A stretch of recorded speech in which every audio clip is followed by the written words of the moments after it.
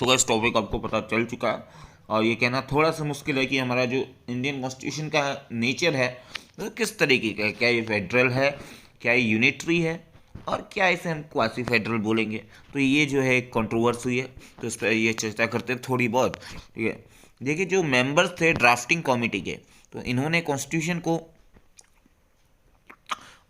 जो है federal in nature बोला। ठीक है, लेकिन कहीं पे भी हमको जो फेडरल वर्ड है वो इंडियन कॉन्स्टिट्यूशन में कहीं देखने के लिए मिलता ही नहीं है। हम्म उसके बदले में यूनियन वर्ड है जो वो इस्तेमाल किया गया है। India as a union of states, Bharat जो है राज्यों का संघ है। ठीक है, तो देखिए कॉन्स्टिट्यूशन फोर फादर्स ने तो बोला है कि इंडिया का कॉन्स्टिट्यूशन जो है वो फेडरल इन नेचर है, लेकिन एज सच फेडरल वर्ड हमें कहीं पर इंडियन कॉन्स्टिट्यूशन में देखने के लिए मिलता ही नहीं है। तो हम कैसे कह दें, हम कैसे मान लें कि इंडियन कॉन्स्टिट्यूशन का नेचर फेडरल है। ठीक है, और देखिए बल्कि यहाँ पे डिफाइन हुआ है आर्टिकल 1 में, India is the union of states. तो इस तरीके से हम कह सकते हैं कि यूनिटरी है। तो ये कहना भी कंट्रोवर्सी हो जाएगा, क्योंकि हमारी जो इंडियन कॉन्स्टिट्यूशन का फीचर है वो काफ़ी एक इम्पॉर्टेंट फीचर हो जाता है। ठीक है, यूनिटरी फीचर्स भी हमें यहाँ पे देखने के लिए मिलते हैं, हमें फेडरल फीचर्स भी देखने के लिए मिलते हैं। ठीक है, इमरजेंसी प्रोविजंस में पूरी कंट्री का जो रूप है वो यूनिटरी प्रोविज़न यूनिटरी नेचर में बदल जाता है, ढल जाता है। ठीक है, तो ये कहना थोड़ा सा कंट्रोवर्शियल होगा कि एक्चुअली इसका नेचर है क्या। ठीक है, तो हम ये कहेंगे कि ये जो इंडियन कॉन्स्टिट्यूशन का नेचर है वो यूनिटरी भी है, फेडरल भी है। तो जैसे हम क्वासी फेडरल वर्ड यूज़ कर लेंगे तो ज़्यादा बेटर होएगा। ठीक है, देखिए जो आइडिया है ना फेडरल कॉन्स्टिट्यूशन का, ये अमेरिका की कॉन्स्टिट्यूशन से निकल के आया है। ठीक है, क्योंकि अमेरिका जो कॉन्स्टिट्यूशन है वो फेडरल कॉन्स्टिट्यूशन बाय नेचर है, और ये ओल्डेस्ट वर्ल्ड का ओल्डेस्ट जो है फेडरल कॉन्स्टिट्यूशन है। ठीक है, वाइल जो आइडिया है यूनिटरी कॉन्स्टिट्यूशन का, ये निकल के आया है ब्रिटेन के कॉन्स्टिट्यूशन से। ठीक है, सो और ज़्यादातर जो है कंट्रीज़ ऑफ द वर्ल्ड कौन सा कॉन्स्टिट्यूशन अडॉप्ट करती है अपनी कंट्री के लिए, वो यूनिटरी कॉन्स्टिट्यूशन अडॉप्ट करती है, क्योंकि ये काफ़ी पुराना है और इससे लोग जो है काफ़ी फैमिलियर भी है। ठीक है, और ये फेडरल से भी पुराना है। ठीक है, सो देखिए एक जो कॉन्स्टिट्यूशन होता है किसी कंट्री का, वो क्या फेडरल होएगा या यूनिटरी होएगा। ठीक है, तो ये हम पता कैसे करेंगे, तो आइए कुछ फीचर्स देख लेते हैं कि उसके क्या यूनिटरी कॉन्स्टिट्यूशन के क्या फीचर्स होते हैं और कि क्या फेडरल कॉन्स्टिट्यूशन के क्या फीचर्स होते हैं। तो उस हिसाब से हम इंडियन कॉन्स्टिट्यूशन को क्या ज़्यादा बेटर नाम देंगे और क्या ज़्यादा बेटर रहेगा। तो सबसे पहले तो हम फेडरल फॉर्म ऑफ गवर्नमेंट की बात करेंगे। ठीक है, फेडरल फॉर्म ऑफ गवर्नमेंट एक गवर्नमेंट की ऐसी फॉर्म होती है जहाँ पर दो कॉन्स्टिट्यूशंस होते हैं। ठीक है, पूरा निचोड़ निकाल के हम कहें तो वहाँ पे ड्यूअल सिस्टम ऑफ गवर्नेंस होती है। ठीक है, एक सेंट्रल लेवल पे और एक स्टेट लेवल पे।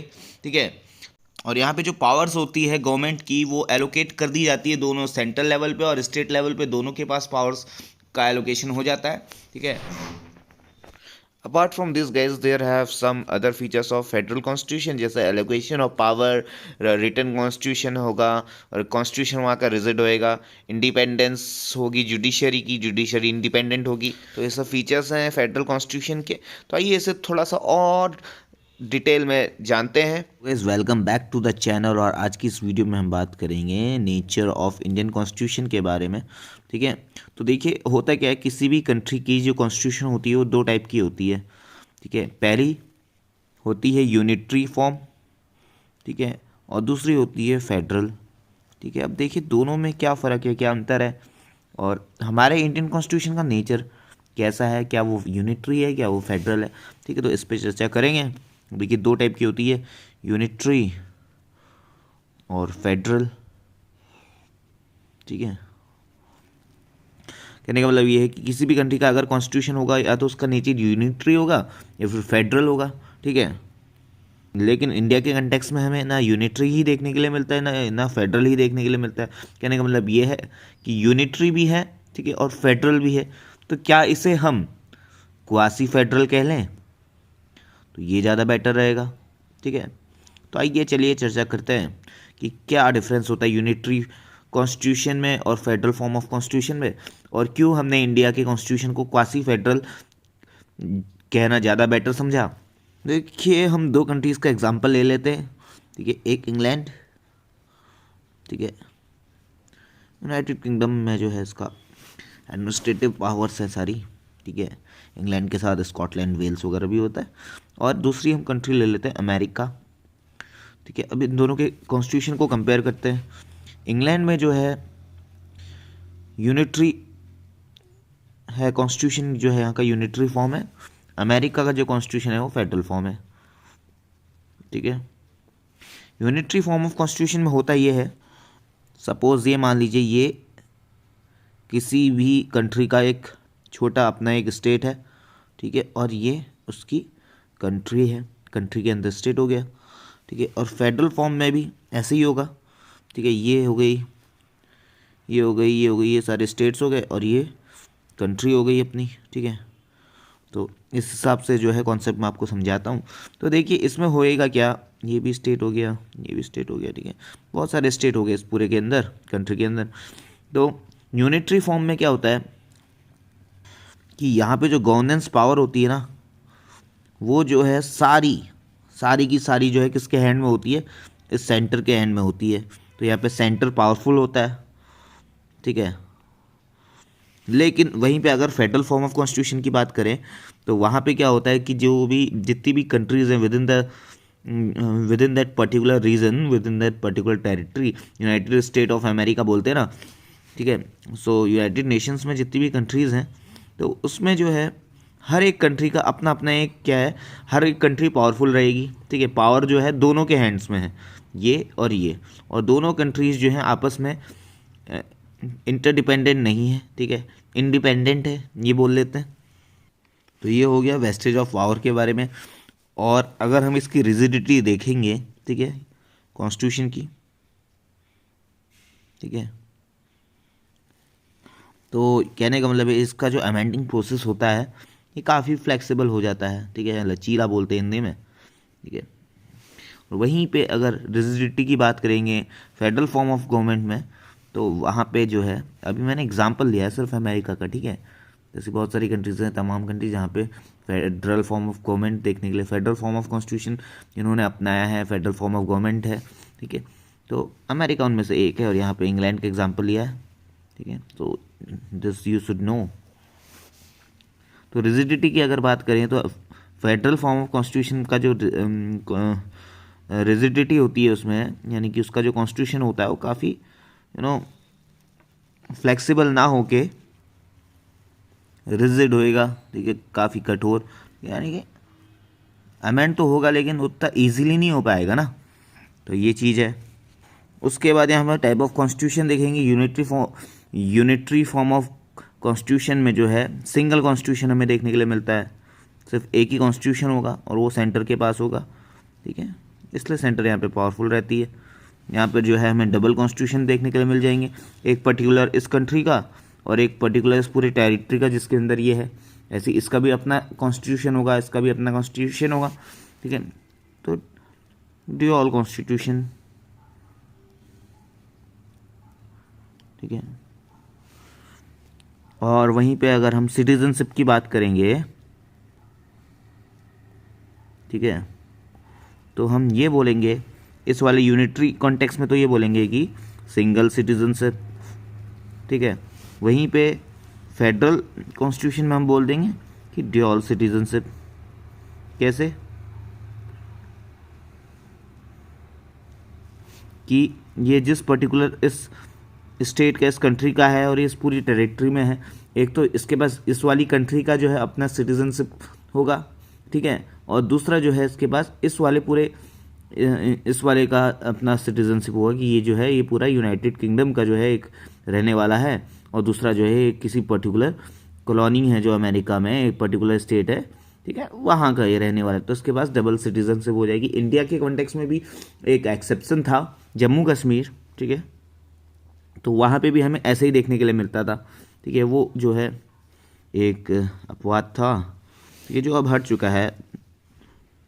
370 और 35A जो आर्टिकल्स थे, ठीक है, इनको रिवोक कर दिया है, ठीक है।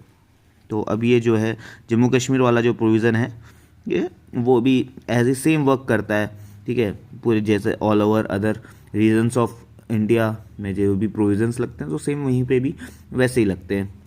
तो चलिए थोड़ा सा इंडिया के कंटेक्स्ट में बात कर लेते हैं। देखिए मैंने बोला था कि इंडिया ना ही यूनिटरी है ना ही फेडरल है, तो हम इसे क्या बोल देंगे, क्वासी फेडरल बोलेंगे। ठीक है, क्वासी फेडरल हमने बोल दिया। ठीक है, लेकिन कैसे बोला, अगर इस कंटेक्स्ट में हम बात करेंगे तो देखिए जो आर्टिकल 1 है, ठीक है, article 1 itself of Indian constitution defines India, that is Bharat, is union of states. ठीक है, देखिए यहाँ पे वर्ड जो है यूनियन आ गया ना। ठीक है, लेकिन हमें जो वर्ड है फेडरल, ये हमें कहीं भी इंडियन कॉन्स्टिट्यूशन में देखने के लिए नहीं मिलेगा। लेकिन जो हमारे फादर थे कॉन्स्टिट्यूशन के, ठीक है, कॉन्स्टिट्यूशन जिन्होंने बनाया था, उनके जितने भी ड्राफ्टिंग मेंबर्स थे, उन्होंने बोला था कि जो इंडियन कॉन्स्टिट्यूशन है वो जो है फेडरल नेचर है। ठीक है, तो उनका भी हम कहा हुआ मान लेते हैं। चलिए, और ये जो यहाँ पे लिखा ही हुआ है, तो इन दोनों से हम क्या कंक्लूड कर सकते हैं कि यूनियन भी है फेडरल भी है। तो आखिर मतलब क्या है कहने का, कहना क्या चाहते हो? ठीक है, तो कहना ये चाहते हैं भाई साहब कि क्वासी फेडरल है। ठीक है, ना ही यूनिटरी ना ही फेडरल। ठीक है, क्या है, क्वासी फेडरल है। देखिए कॉन्स्टिट्यूशन जो मेकर्स थे वो कितने स्मार्ट थे ना, कॉन्स्टिट्यूशन जब उन्होंने बनाया था। ठीक है, उन्होंने ये प्रोविज़न तो दे दिया कि हम जो है किसी भी टेरिटरी को अपने इंडियन टेरिटरी में कंक्लूड तो कर सकते हैं। ठीक है, लेकिन किसी स्टेट के पास अपने पास इतनी पावर नहीं होगी कि वो इस टेरिटरी से अपने आप को सेपरेट कर सके। ठीक है, तो ऐसे प्रोविजंस जो है पहले ही डाल दिए कॉन्स्टिट्यूशन में, क्योंकि अगर ऐसा नहीं होगा तो फिर जो है एक यूनिटी होती है, एकता, भारत की एकता पे असर पड़ेगा। ठीक है, भारत अलग अलग हो जाएगा। ठीक है, और जो प्रेम्बल में जो भी कीवर्ड्स लिखे हैं तो उनकी भी अवहेलना हो जाएगी। ठीक है, तो इन सब चीज़ों को ध्यान में रखना है। अब चलिए एक महान पर्सन है डॉक्टर BR अम्बेडकर, वो क्या बोलते हैं नेचर ऑफ इंडियन कॉन्स्टिट्यूशन के बारे में, उनकी भी सुन लेते हैं। ये खुद एक कॉन्स्टिट्यूशन निर्माता थे। ठीक है, तो उनने जो कहा होगा ठीक ही कहा होगा, तो सुन लेते हैं क्या बोला। तो इन्होंने जो कहा था, किस चीज़ में कहा था, किस चीज़ के तथ्य से हम कह सकते हैं कि इन्होंने ऐसा कहा था, तो ये जो एक जर्नल में इन्होंने बोला था। ठीक है, इंडियन लॉ इंस्टीट्यूट करके जर्नल है।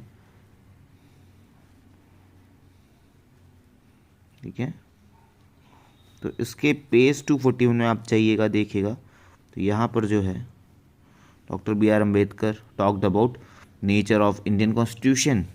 सो he said according to requirement of time and circumstances. ठीक है, सो टाइम और सर्कमस्टेंसेस के चलते जो है कॉन्स्टिट्यूशन ऑफ इंडिया कभी यूनिटरी भी हो सकता है, कभी फेडरल भी हो सकता है। ठीक है, लेकिन नॉर्मल टाइम में ये फ्रेम रहेगा कि फेडरल सिस्टम की तरह काम करे। ठीक है, लेकिन वॉर के टाइम पे जब कभी भी ऐसा कुछ वॉर होगा, इमरजेंसी होगी, तो उस टाइम पे जो है सर्कमस्टेंसेस बदल जाएंगे और उस टाइम पे जो फेडरल नेचर है कॉन्स्टिट्यूशन का वो यूनिटरी में बदल जाएगा। ठीक है, तो कहने का मतलब ये है कि during war and aggression Indian constitution का नेचर कैसा हो जाएगा, पूरा प्योरली यूनिटरी सिस्टम हो जाएगा। ठीक है, ठीक है, इस तो ये सब था नेचर ऑफ इंडियन कॉन्स्टिट्यूशन के बारे में। तो ये क्वासी फेडरल कहना भी उचित है या नहीं है, तो ये भी कंट्रोवर्सी है। लेकिन अगर आप कहीं पे भी आंसर लिखना चाह रहे हैं तो आप ये लिख दीजिएगा सीधे, क्योंकि it contains the provision of both the form of constitution unitary as well as federal. So इसलिए it would be appropriate to say that the nature of Indian constitution is quasi federal in nature. ठीक है guys, example दे दीजिएगा England और America के, और ये सब बता दीजिएगा कि जो यूनिटरी फॉर्म ऑफ गवर्नमेंट में होता है वो फेडरल फॉर्म ऑफ गवर्नमेंट में नहीं होता। ठीक है, जैसे कि यहाँ पे जो अमेंडिंग पावर है, वो जो अमेंडिंग फैसिलिटीज़ है यहाँ पे काफ़ी फ्लेक्सिबल होती है यूनिटरी में, और यहीं पे रिजिड होती है। ठीक है, और यूनिटरी फॉर्म ऑफ कॉन्स्टिट्यूशन में सिंगल कॉन्स्टिट्यूशन होता है। ठीक है, यहाँ पे 2 कॉन्स्टिट्यूशन देखने के लिए मिलते हैं हमें। सिटीजनशिप भी जो है सिंगल होती है, यहाँ पे ड्यूअल सिटीजनशिप होती है। ठीक है, तो इन सब के आधारों और इन सब तथ्यों के अनुसार पे आप, ठीक है, अपना इसका एग्जांपल दे सकते हैं और बढ़िया करके आंसर लिख सकते हैं। आई होप आपको सबको समझ में आया होगा। ठीक है, तो guys thanks for watching, and तब तक के लिए bye bye guys. Like share और सब्सक्राइब करना ना भूलें। ठीक है, अगली वीडियो पे चलेंगे और उसमें हम सीधा बात कर लेंगे। ठीक है, आर्टिकल 1, ठीक है, आर्टिकल 2, आर्टिकल 3, आर्टिकल 4, यस, यानी कि पार्ट 1 ऑफ इंडियन कॉन्स्टिट्यूशन वो हम कवर कर लेंगे। ठीक है, तो बने रहिए गाइज, बाय बाय।